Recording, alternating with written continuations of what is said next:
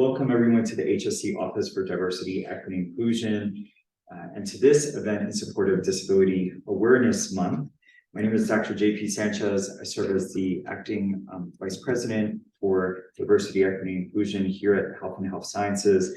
On behalf of the office and our Vice President, Dr. Romero Leggett, we would like to thank you for making time to join us. For those who could not be here today, this presentation will be recorded and posted on our website. I'm going to invite up Dr. Sen, who is one of our accomplished PM&R residents, to introduce our speaker. All right, thank you, Dr. Sanchez. So I'm Stephen Sen. I'm one of the PGY4 PM&R residents here at UNM. I met Dr. Dion here when he was presenting to us about the role of OT and SCI rehabilitation. And he was a phenomenal teacher for us. So it's a privilege and an honor to introduce him to you all today.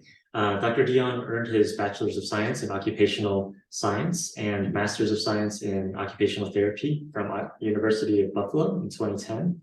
He worked with the Rehabilitation Institute of Chicago, now Shirley Ryan Ability Lab, for 5 years.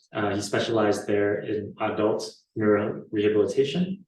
He then completed his Rehab Science PhD program at the University of Buffalo in 2019.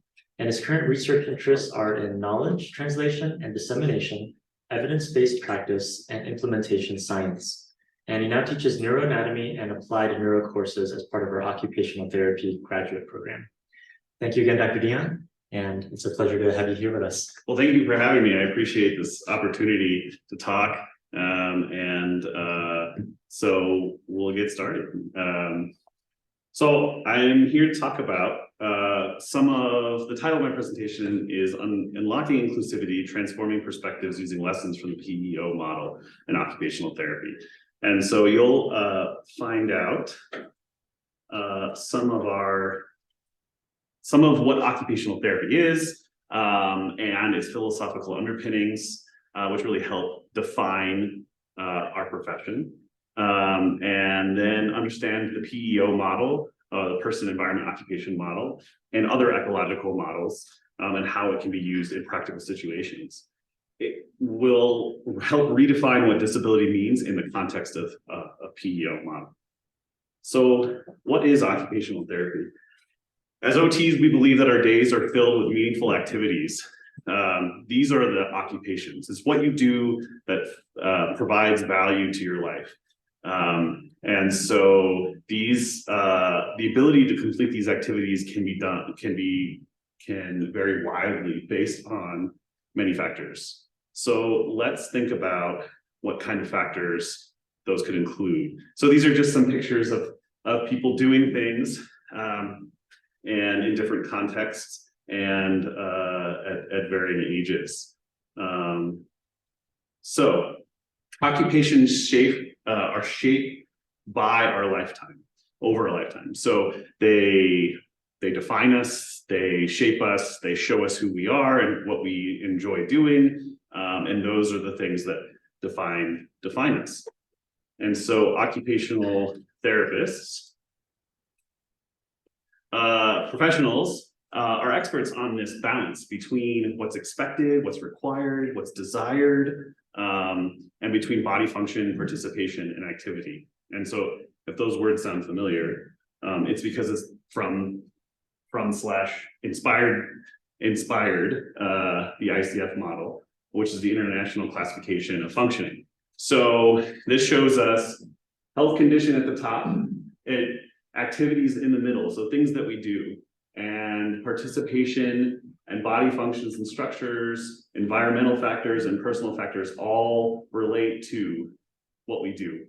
And then the two primary things are health condition and the things that we do. So OTs took this model and really just applied it to everything we do. We really like models.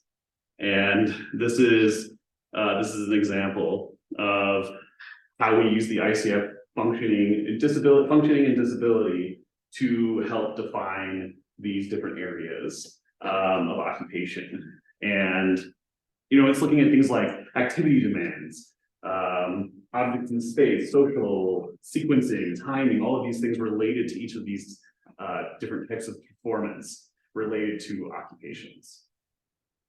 And then kind of the inherent capabilities of people, the wellness related to that person. So this is a kind of overwhelming model. We're going to dig into some more simplistic ones. But here's some examples. The picture on the left is someone donning a sock using what's called a sock aid. So maybe they're restricted in bending to the floor. And so this will help them access the sock and their foot without actually bending to the floor. Very common practice, like post-surgical hip replacement. This other example is a wrist support with a universal cuff. So the person probably doesn't have a lot of muscle tone in the wrist, and this external device gives them muscle tone and allows them to type with that pencil. And it's called universal because you can stick anything in that, a pen to write, a spoon to eat, that kind of stuff. Okay, so occupational therapy models, again, we really like models. They help us define what OT is, they ground us and explain our perspectives in a way that's hopefully more easily understood. Ecological models specifically help us understand the interaction of the external world to the internal world. And that's kind of where this intersection of disability and performance of activities occur. So the PEO model, this is the primary model that shows a Venn diagram of the person, the occupation, and the environment. So like I said, occupation is the thing that we do. It's meaningful tasks, actions, engagements relevant to our life. And so you can see the kind of tube, how it shapes and changes over time. The person is the things that we think about when we think about maybe, the history of a person, like who they are, intrinsically motivated, their body's functions, their structures. Think about maybe past patients or patients you've seen. Every one of them is motivated by emotions and words and things that they're interested in. And those all kind of guide this conglomeration of who they are. And then the third one is the environment. So this can be social, this can be physical, this can be geopolitical. And these are all things that provide demands, rules, and norms on the patient. And so they intersect into how they're going to perform. So if the person has a specific function, physical function, they can do this, and then the environment allows for it, and the occupation, the requirements of the occupation matches those things, it is performance. So the really big one is maximize performance, the really small one is minimize performance, and then there's an average. And so the idea is these different slices throughout time show how the engagement goes. So this is helpful because it shows us as occupational therapists, we can identify what area we can have an impact on. So this is another ecological model. This is from the Canadian model of occupational performance and engagement. One of the primary models that has also, in theories, that also have a primary outcome measure that OTs use to measure change over time and whether or not we're doing our job. And so that's the COPM, the Canadian Occupational Performance Measure, and that's from the same research group. So the idea is that we have these three boxes in the environment, the occupation, and the person, and they all overlap in the same way the Venn diagram does. But then it also defines where, different aspects of the person, different aspects of the occupation, and then the environment. And it shows kind of where OTs interact, right? Which is why I like this one, because this is our domain, as it were, where we can address the person, we can address the occupation and the environment in not always super universal ways, but maybe a limited way. The third model, the third ecological model, is the PEOP. So it's got an extra P at the end. It's very, very similar to the PEO model. The idea being that the extra P is performance, where we can engage, we can participate in the things that we're expected, that we need to do, and that we want to do. We say expected because expected is like socially, you know, my role at my house is I'm a dad and a husband. So I have to do these things that are expected of me. And the things that I need to do are things that like I have to do for life, like eating and getting dressed and going to the bathroom, like physiological functions. And then the want to do are like the things that I want to do for fun and to gain enjoyment out of life. And so those are the three phrases that we use when we think about occupational engagement and activities, or things we need to do, have to do, or want to do, expected to do also in there. So then this also looks at these different aspects of the extrinsic environment versus the intrinsic environment. In extrinsic, the things outside of ourselves, and this could be social support, it could be economic systems, it could be culture and values, it could be the built environment, and it could be the natural environment. And then all of these things feed into our well-being and our quality of life. So it's a quick introduction to the PEO models, but let's look at their assumptions. Whoops, went too far. So the assumptions are people, the environment, and occupations are dynamic and unique. We are who we are. There's no one like us. We exist in this place at this time. And the environment is the prime factor in predicting our success, like how well we're going to do. The environment is the prime thing. You know, this can be hard to think of because it's a little esoteric, but a prime example would be like trying to see the solar eclipse this weekend, but you live in a really cloudy place. You can't do it. It's just, there's clouds in the way. I have family in Washington and they could not see the eclipse and they were very upset. And here we could see it. So our environment determines the success of the activity. And I mean, this can be as silly as like activities that don't belong in the context of the environment. Like putting a sailboat in the desert, like that doesn't belong. You're not going to sail, I mean, in the desert. So there's some things that have, the environment is that specific thing that whether or not we have success. And so rather than using interventions that change the person, we're going to change the environment, and because that's how we can have the most impact. And so this performance of these activities is determined by that confluence of the person, the environment, and occupation. And then so as OTs, practice begins where we identify what the person needs or wants to perform. This is a little bit repetitive. But let's again repeat and look at this model. If the center column is showing what we need to do and how we can do it, our performance, and then the intersection is whether or not we can actually do it, we can look at and think about, well, we can't change that person. That person has these intrinsic factors that are constant. I mean, that's not always true when we think about medicine, but oftentimes the way the person is, so the way to perform something is the way it's going to be. And so if they can't achieve that activity successfully, they can't be participant in that activity, then we can change the environment. So that's where we can provide things like support or adaptations, or change maybe the activity slightly so that it is more conducive for success. So again, this is how we're reframing disability. We're not saying it's the person's fault.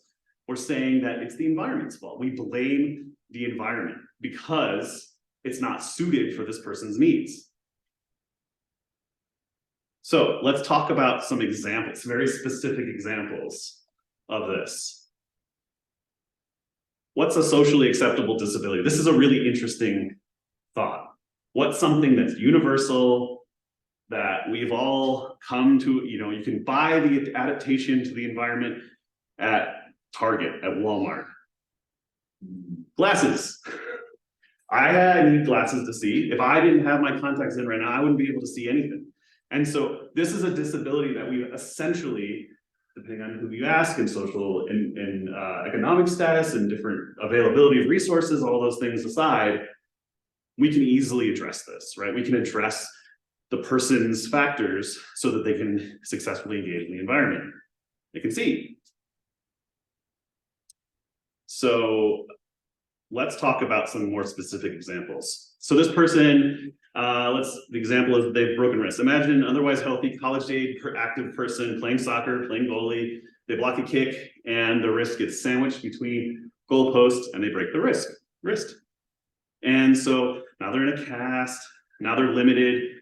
And the only thing they can do with that hand is what we call a dependent stabilizer. You can hold the object and do the thing with the other hand. Now, if they're right-handed, that limits them greatly.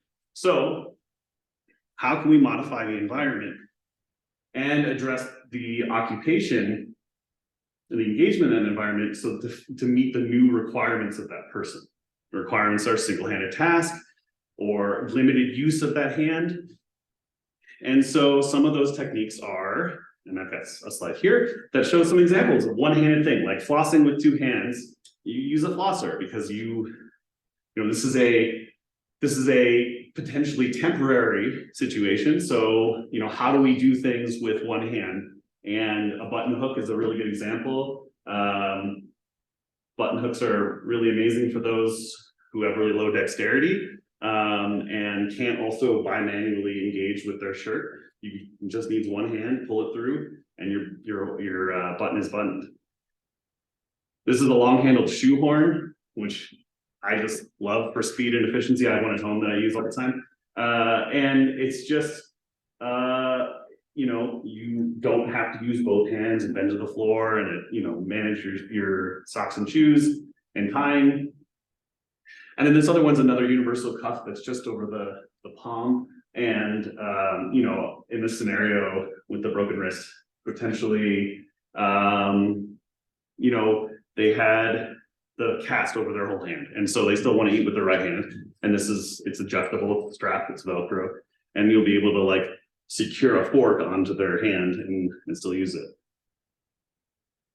So those are examples of how we can modify the environmental conditions of the task to allow for success. Let's do another example. Let's talk about MS. So let's think about a person who's an adult in their mid-30s. Maybe they just recently diagnosed with MS. Maybe they use a wheelchair on tough days or long distances, such as airport, or travel, or going to Disneyland. And they're a parent with a 2-year-old. So some of the changes you could expect to see with someone with this diagnosis would be visual and cognitive changes, paired with extreme fatigue, things that make it difficult to be a parent all the time. And so some things that we can do, you still have to be a parent, right? You still have to do all of these things, but how that person engages in the environment and in their occupation needs to change. So some obvious examples of environmental failures would be accessibility barriers, right? If they're using the wheelchair, getting it from place to place, getting their wheelchair into their rental car after a trip, things like that. There are barriers to that. But then there's also things like say they have a desk job and they get some of them visually very fatigued. So you adjust the lighting, you adjust the ergonomics of the setup, you figure out how to do things for cognitive deficits, memory aids and things like that, to help kind of reduce the demands on the person through environmental assistance to be successful. So here's a good example of this case, and I just really like these pictures because it was just recent. Selma Blair, she has MS. She's a very public figure. This was last week, I want to say, at the ADA, the anniversary of ADA. And she's become very public about her disability. She's been diagnosed with MS, and a lot of the focal issues with her in her case is with her voice, which is very challenging for someone who's an actor. And so this is her posing with some, I don't know their names, I wish I did. This is all from her Instagram. but active advocates for Americans with Disability Act. And it's good to see representation of different disabilities and being successful in public spaces. Okay. The next example is someone with Down syndrome. Imagine a young adult with Down syndrome working with a therapist, maybe in a DD waiver program, and they want to move into their own place and support themselves. So without proper environmental adaptations, this endeavor will fail. It won't work. And so let's think about how we can provide support for someone with Down syndrome. And so let's talk about getting dressed. So maybe we have adaptive clothing that allow for less fine motor precision with getting dressed. Maybe having a plan at the end of every day, and maybe this is through like a reminder on a smartphone, to set out clothes for the next day. So the person wakes up and they see their clothes and they get dressed. And that way there's, it's smooth and their decisions are being removed. And, at the moment where it is necessary to make those decisions, make it less complex of tasks. Smart house technology is really great. And it's really blown up in the past 10 years, but, things like verbal reminders to do this, proximity alerts on your phone. If the person's not really good at remembering to lock the front door, for example, as you leave your house, your phone can say, hey, did you lock the front door? It's like, oh, I gotta go do that. And so things like that are real basic, but also can really add to value to the person's success at living independently. So an OT would run through all these different scenarios with the person, making sure that every area that's a challenge to this specific person is addressed through modifications, whether it's the environment or whether it's the activity. Again, the change is not to the person. The change is to what they do and how they do and where they do. And I think that that's a unique perspective. So all of that stuff being said, here's a funny little video of, again, recently on Instagram, of a person talking about their obstacles for them. So they say that the only real disability is a bad attitude. I'm telling you, I have an amazing attitude and I am not getting up those stairs. Kelsey, who's pushing me, also amazing attitude, still not getting up the stairs. So again, a really kind of humorous, she's a comedian on Instagram, and does different things. This video is from Instagram, and yeah, she can have a great attitude. She can change her perspective, internal intrinsic factors related to the activity, but she is not getting up those stairs. She's not getting to the floor above because there's just no way. It's the environment that becomes the disability and not the person. And I think that's the switch in perspective that we're talking about here. I have the reference to that person's Instagram account if you're interested. Okay, so this kind of leads me to this idea of universal design, which is not a solely OT perspective, but OT helps inform it. And this is the design, the concept, the design of environments, right, can be accessible and usable by all, no matter the person, no matter the personal factors. And so here's a neat little graphic that shows how we can improve design and improve. I don't mean like existing structures. I mean design new structures, new builds that allow for all functional abilities. And so this chart is cool. The purple color is basically the unable to use, right? And so this is the block of expected activity of like what they can do. And you can see a person without disabilities can make all use of all of it.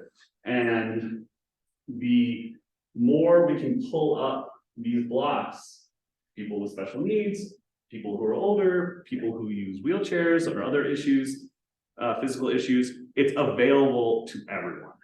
And so, and that's just making it easier to use, making it, and it doesn't just like allow for, I think a common misconception with a universal design is that it's designed for people with disabilities. It's designed for everyone. The idea that anyone can use it despite whatever is going on. And so, you know, you can't anticipate the needs of every single person who's going to use an environment, but you can maximize its efficiency. And I think that that's one of the goals for universal design. So just thinking about how the environment is the thing that's limiting people. It's not people, it's the environment. So, oops, sorry. How do we apply this new knowledge? How do we think about disabilities in kind of a new way? And I think that this is the main idea, right? So how do we, what are different pieces of environment that maybe you have faced that help or hinder you? Does anybody have any ideas? I know some of our clinic doors sometimes are awfully narrow. Okay. Sometimes it gets difficult for someone coming in with a powered wheelchair Sure. to navigate some of those corners. Yeah. And so then you have to build in extra time to the clinic appointment to help assist that person to go from their powered wheelchair, which they've been using day in and day out, Right. and I have to use this kind of standard frame wheelchair that we pull from the hospital, which is Yeah. not always quite as comfortable or as accommodating. Yeah. And that's a challenge at times. Yeah, absolutely. Yeah, that's a Door frames. door frames, not universally designed. Yeah, that's a good example. A good example of door frames that are universally designed are these doors right here, not the width of them, but the doorknob themselves. They're designed in a way that doesn't require a grasp. Like you can open that door without turning, like with your wrist, and having finger function and control. It's just a lever, which is more universally designed, but you wouldn't notice if you didn't think about it. It's just a doorknob. And that's the idea, is that it's not, adaptations to the environment to allow for people to use them shouldn't be obvious. It should be part of the design. And I think that's the idea, where it just kind of blends in. What about some activities that in your life though, like things that disrupt your day that are based on the environment? So, I mean, I'll just talk about how I don't get enough sleep. Like if I had more sleep, I'd probably be able to do more things. And you know, I get up late because I want to sleep as much as I can, and then I got to rush to get dressed and rush to start my day, and then there's traffic, right? And it's like, if there was more accessible way, if there were more roads across the Rio Grande, then I wouldn't have to worry about living on the west side so to get to work. And so that's just a small example of like how the environment really impacts the person. And so being late to work, maybe parking in the remote parking lot because my M lot is full, parking pass won't let me park there, like that adds to my time. So these are all things that affect my performance of the activity of getting to work on time. And it's, you know, it's not just one thing. It's not just that I should have left early, it's that I needed more sleep. It's that I have other demands on myself. And so that's just an example of how the environment could hinder me. It could help me if there were more accessible parking spots, or that there were more roads across the Rio Grande, or that maybe I picked a house closer to campus. So those are all things, right, of environment. Yeah. Yeah, I appreciate this so much because I think that, you know, as a health sciences center, we have all these great health professionals. But what we gain in working with different health professionals is sometimes not clear. So as I'm sitting here, I'm thinking about how we practice emergency medicine in our physical spaces in the hospital. Yeah. And how, because of the volume, you get caught up in seeing as many patients as possible. Sure. But when you think about providing equitable care, every patient is unique. Yeah. And whether we have created spaces that allow us to do proper exams, physical exams on patients with different abilities or disabilities. Yeah. Right. And Yeah. given what you're saying, right? Like, Yeah. can you truly do a proper physical exam in our waiting room or even in our closed rooms, Right. if they don't have the adaptations to facilitate a good exam, right? Yeah, So this positioning.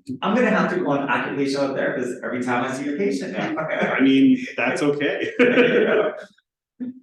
So Yeah. thank you for that. No, absolutely. And that's the idea that it's somewhat universal, right? That the thought that what we do requires the person, the environment, and the thing that you're doing and how well you do it. And so it's really universal. You can think about it in almost anything that you do, which we fill most of our days doing things.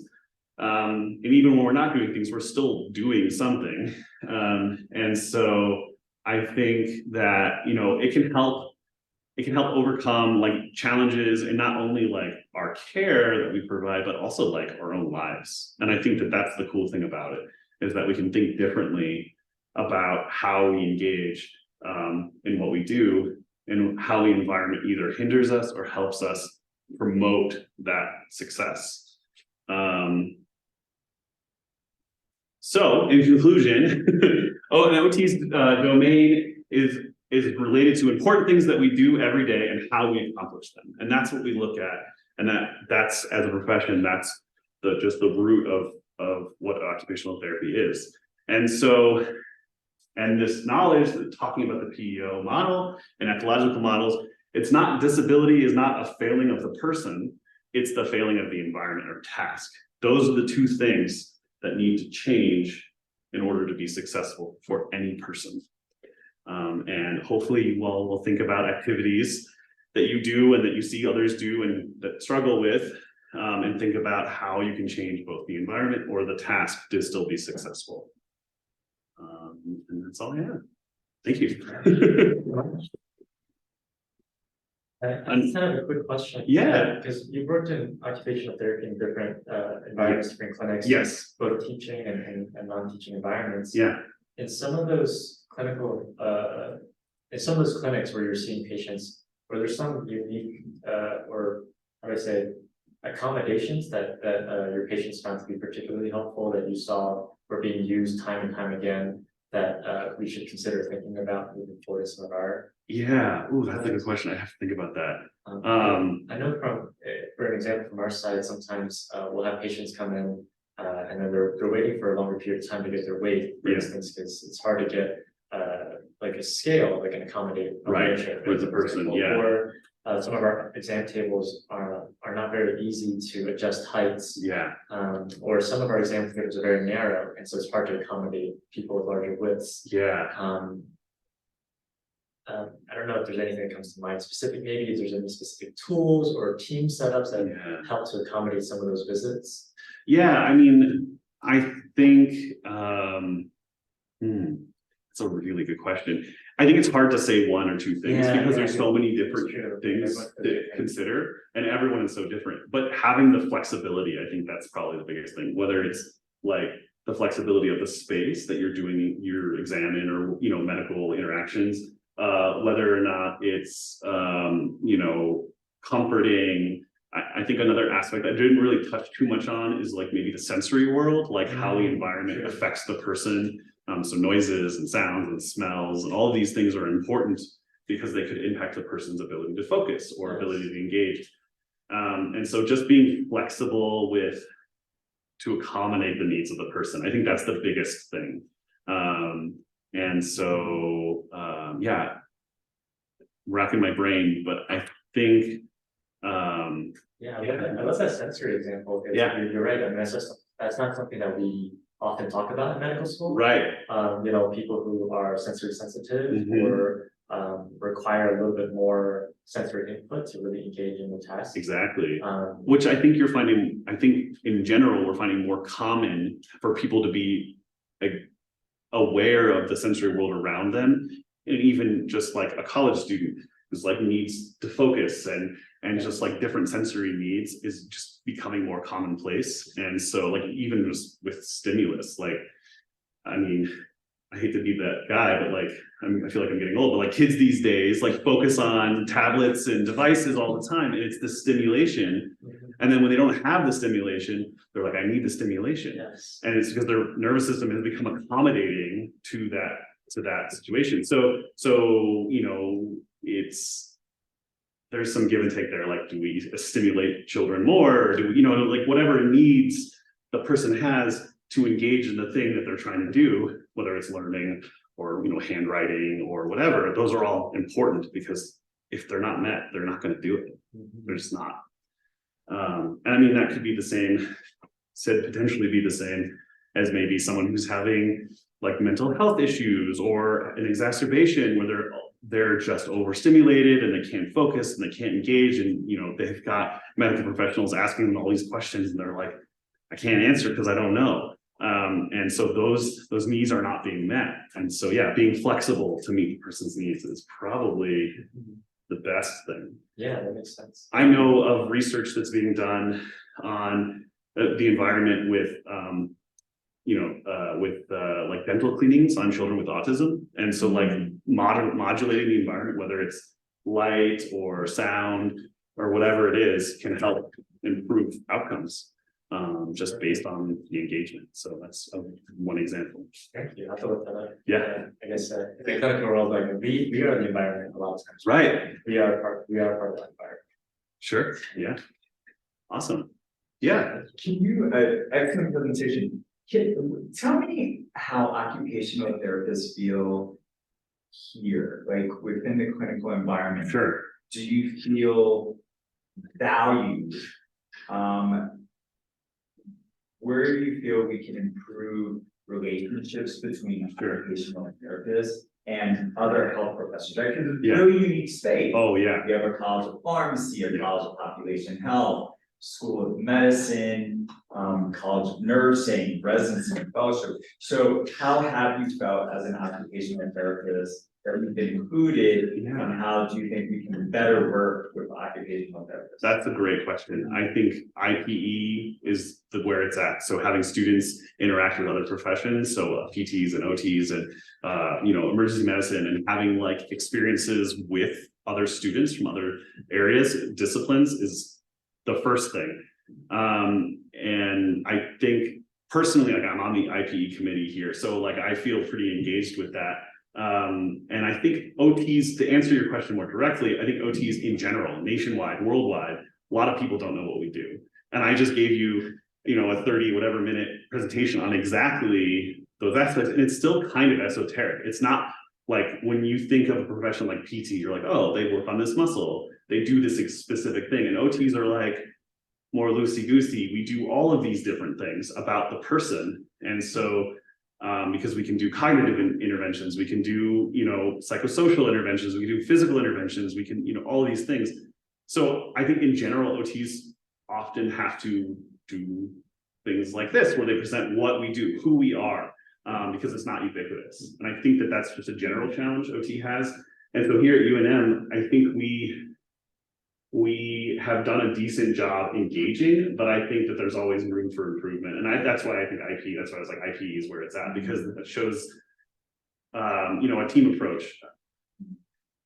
Personally, like anecdotally, OTs are very good at like being a member of the team, because we like to help each other so much, but we're not super great at like promoting ourselves. And so that's just a universal challenge.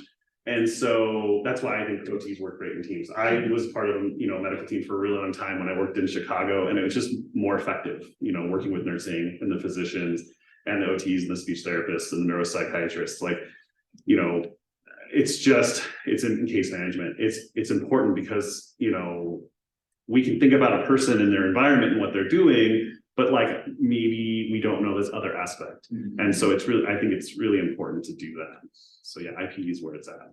Team medicine, I think, is where it's at. Does that answer your question? Yeah, and what are your biggest frustrations? Like, where can we improve? Yeah, I mean, I just think, in general, and this is not a UNM specific thing, this is a healthcare in the United States thing, is that most often OTs are called PTs. That's just a general thing.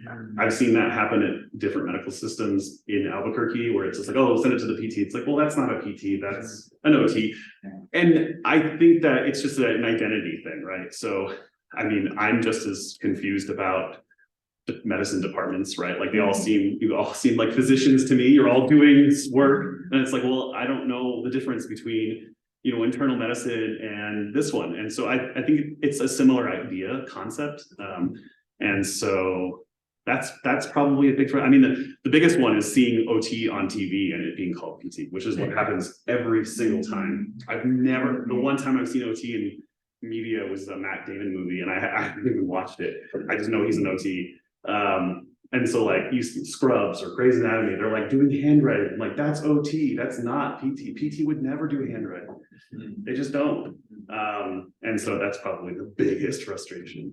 But So that you just shared, I think would make a great, so we discussed Medic Portal. yes, I know Dr. Blank might be traumatized as I bring this up right now, but just that example Yeah. of what are your perceptions Sure. of occupational therapy, it is a great way, we're gonna work together. yeah, We're sounds good. gonna get something in Medic Portal. That sounds because I great. think you're absolutely right, it's just from a lack of awareness Yeah. and that we haven't taken any time to teach Yeah. about what occupational therapists. Well, I mean, thinking about this problem kind of at a meta view and applying this model that we just talked about, it's not necessarily the people. We're not like, we all want to work together. It's just the way the environment's set up. I mean, academia is all very like towers, right? And siloed, yeah.